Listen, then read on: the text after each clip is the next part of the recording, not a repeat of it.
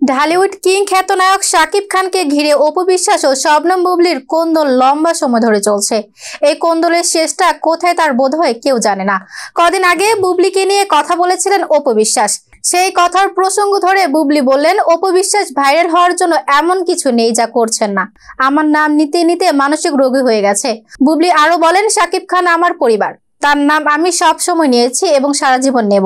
পরিবারের মানুষের নাম নিতে কেউ কখনো ক্লান্ত হয় না, যাদের স্বার্থ থাকে তারা ক্লান্ত হয়। বুবলির কথায় সবচেয়ে হাস্যকর কথা হলো, উনি তার নিঃশ্বাসের থেকেও বুবলি নামটা বেশি নেয়।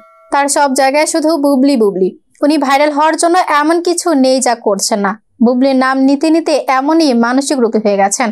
আমি আর আমার ছেলে এখন তার একমাত্র কেরিয়ার আলোচনায় থাকার, এমনকি জাতীয় টেলিভিশন পর্দায় কি সব উদাহরণ দিচ্ছে তার কোনো মানেই নেই।